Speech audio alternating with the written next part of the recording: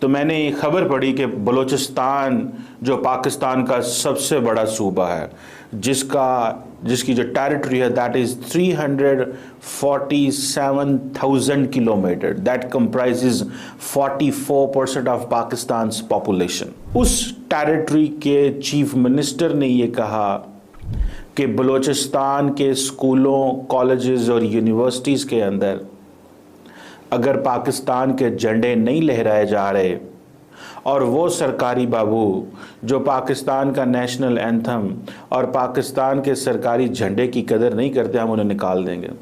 کوئٹہ کے علاقے double road per police when کے قریب دھماکے میں 2 افراد جاں بحق 21 زخمی ہو گئے. دھماکے کے بعد پولیس نے علاقے کو گھیرے میں لے لیا. کوئٹہ میں ڈبل روڈ پر مارکیٹ کے قریب دھماکہ ہوا ہے. ذرائع کے مطابق دھماکہ پولیس وین کے قریب ہوا. دھماکے میں 4 پولیس اہلکاروں سمیت 10 افراد زخمی ہو گئے ہیں. کی وطن واپسی ہے، جیسے میں نے آغاز میں بات بھی کی تھی، اسمگلنگ کی روک تھام ہے، پھر اس کے بعد تجاوزات کا خاتمہ، اور سعودی عرب میں جو ہم دیکھ رہے ہیں پاکستانی فقیر وہاں پر پہنچے ہوئے ان کا خاتمہ ہوگا. آپ کو یہاں پر جو سیکیورٹی چیلنج سے نمٹنے کے لیے سفیشنٹ کوئی اقدامات نظر آ رہے ہیں؟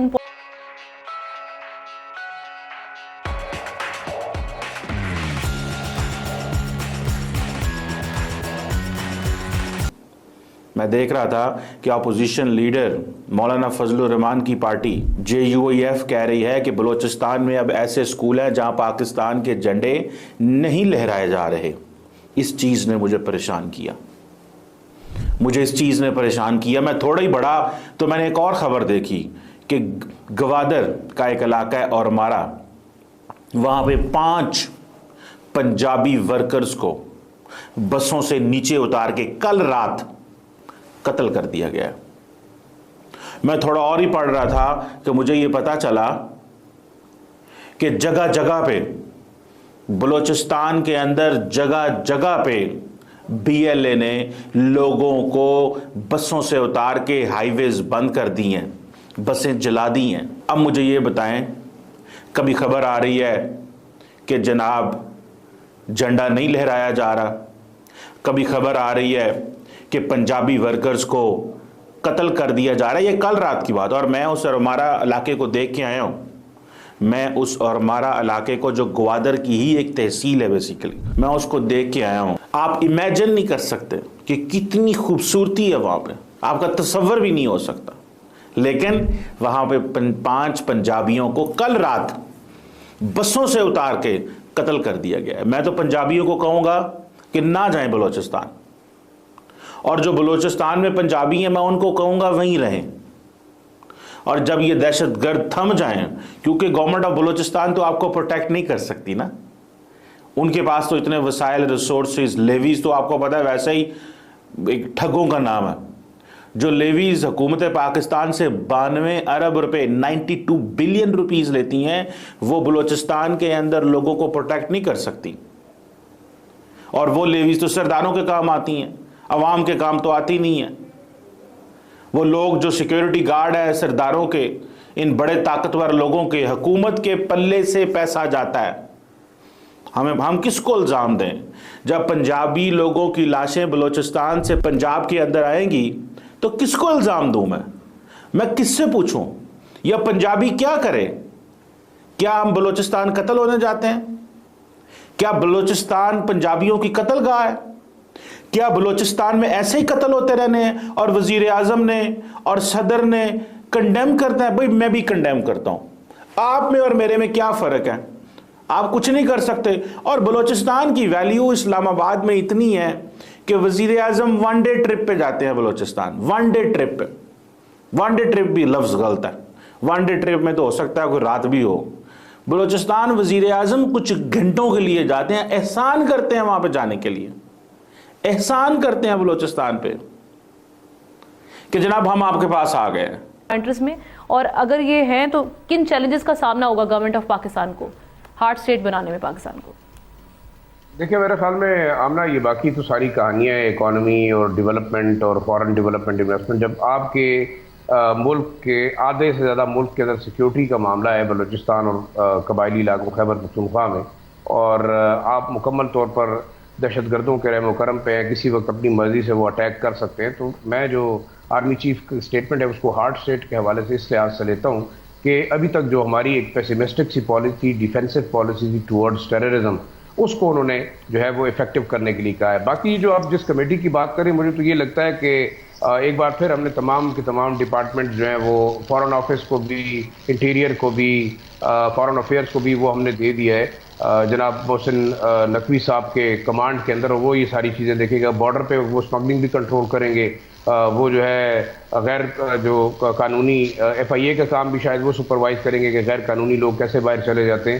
بڑی عجیب سی بات ہے، دیکھیں آپ کے ملک کے اندر جو بیسیکلی میں سمجھتا ہوں نظام ہے، وہ آپ اپنے اداروں کو افیکٹو کریں۔ آپ کے پاس ایف آئی اے ہے، فارن امیگریشن ہے، آپ کے پاس بارڈر سیکیورٹی ہے، آپ کے پاس کسٹمز کے محکمے ہیں، آپ کے law enforcement agencies L as موجود ہیں ٹرائبل ایریاز کے اندر، تمام بارڈر کے اندر، تو یہ تمام چیزیں افیکٹولی کیوں نہیں ہو سکتی؟ یہ سب سے یہ کہ آپ کے سسٹم کے اندر فلا ہے اور گورننس کے اندر فلا ہے۔ جہاں تک پاکستان ہارڈ اسٹیٹ بنانے کی بات کا میں اس کو ایکسپلین کروں گا، وہ یہ ہے کہ آپ نے دہشت گردی کے خلاف جو جنگ ہے بڑی افیکٹولی اس کو اب ری لانچ کرنا ہے، اور اس میں میرے خیال میں شروع میں ہم نے 4-5 چیزوں کے اوپر بات کی تھی۔ ایک کہ ہم بارڈر کی مینجمنٹ کو لیٹسٹ گیجٹس اور ماڈرن اکوپمنٹ کے ذریعے سپروائز کریں، جس میں آپ ڈرونز استعمال کریں گے، آپ ایئر سرویلنس کریں گے کہ یہ جو بارڈر انٹروژن ہے، خاص طور پر ہمارا جو ویسٹرن بارڈر ہے وہ بڑا خطرناک ہوتا جا رہا ہے۔ ایسٹرن بارڈر بے شک دشمن ملک ہے، لیکن ویسٹرن بارڈر سے جو خطرات ہیں۔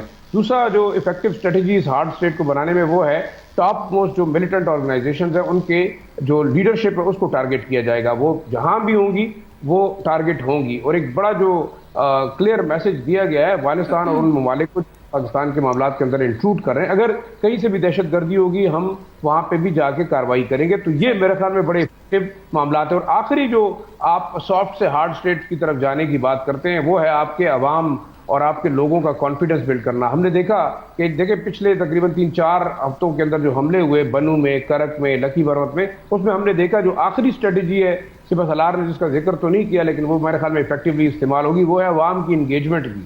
اور دہشت گردوں کو کاؤنٹر کرنے کے لیے میرے خیال میں جو افیکٹو اسٹریٹجی ہوئی وہ عوام نے مل کے وہاں سے کاؤنٹر کی، اور آپ نے دیکھا کہ 4-5-6 افیکٹو گورننس کی جو بات کر رہے ہیں نا ہم نا دیکھیں افیکٹو گورننس جو ہے نا وہ کس طرح آئے گی، اس کا طریقہ کار آپ کو طے کرنا پڑے گا۔ یہ تو نہیں ٹیک ریئیکشن ہے کہ جی دہشت گرد بھائی یہ ہے، یہ فرسٹ پرائرٹی پہ معاملہ ہوگا، لیکن مسئلے کے تو آپ جہاں تہ تک نہیں جائیں گے کہ ہمارے اصل مسئلے کیا ہیں۔ بھئی آپ کی اکانومی نہیں ٹھیک ہوگی، لوگوں کو روزگار نہیں ملے گا، یہاں پہ انویسٹمنٹ کے لیے کوئی نہیں آئے گا تو ملک کیسے چلے گا؟ یہ دہشت گردی کو روکنے کے لیے پیسہ کہاں سے آئے گا؟ یہ ساری چیزیں ہیں کہ لانگ ٹرم پلاننگ آپ کو کرنی پڑے گی۔ جی شاہ صاحب، میں اختتام صاحب اسی طرف آ رہا ہوں، میری بات ابھی مکمل نہیں ہوئی، اگر آپ مجھے کمپلیٹ کرنے دیں میں اسی طرف آ رہا ہوں۔ یہ تمام چیزیں آپ لنک کریں گے جب آپ کا انویسٹر کہتا ہے کہ مجھے سیکیورٹی دو، چائنیز کیوں سیکیورٹی مانگتے ہیں، فورن کمپنیز کیوں سیکیورٹی مانگتے ہیں، آپ نے بلوچستان کے اندر ٹھیکے دے دیے سعودی عربینز کو، ان کو آپ سیکیورٹی کہاں سے دیں گے؟ تو میں یہ سمجھتا ہوں جو آخری چیز ہے وہ عوام کی انگیجمنٹ ہے۔ آپ اپنے لوگوں کو ساتھ لے کے چلیں گے، ان کو کانفیڈنس بلڈ کریں گے، چاہے وہ بلوچستان کے اندر ہے چاہے وہ خیبر پختونخوا کے اندر ہے، تو وہ دہشت گردی میں آپ کے خلاف کھڑے ہوں گے۔ اور ہم نے دیکھا کہ اس صوبے کے لوگوں نے ایک بار کھڑے۔ آخری جو افغان ریفیوجیز والا ایشو ہے، دیکھیں میرے خیال میں افیکٹولی اور پریکٹیکلی یہ 31 مارچ تک پاسبل نہیں ہے، ایکسٹینشن ہمیں دینی پڑے گی اور وہ مجبوری ہے، آپ 40 لاکھ لوگوں کو اوور نائٹ نہیں لے کے جا سکتے۔ اور دوسرا اب ایک اسٹیٹ ٹو اسٹیٹ لیول ایک نیگوشیشن ہو رہی ہے، ہمارے ایمبیسڈر صادق گئے ہیں افغانستان، وہاں ان کو باقاعدہ ریکویسٹ کی گئی ہے، وہاں جو ڈپٹی پرائم منسٹر ہیں امیر متقی صاحب، انہوں نے ریکویسٹ کہ پاکستان بے شک ان کو ریپیٹریٹ کرے، بلکہ ایران بھی کرے، لیکن ہمارے لیے جو سب سے بڑا چیلنج ہے کیونکہ یہ لوگ ان میں بہت سارے ایسے ہیں جو سمپیتھائزرز ہیں، اور اگر ہم اپنی سیکیورٹی کو افیکٹو کرنا چاہتے ہیں خاص طور پر دہشت گردی کے خلاف، تو ان غیر جو یہاں پہ ممکن ہے ان کو جانا ہوتا ہے وہ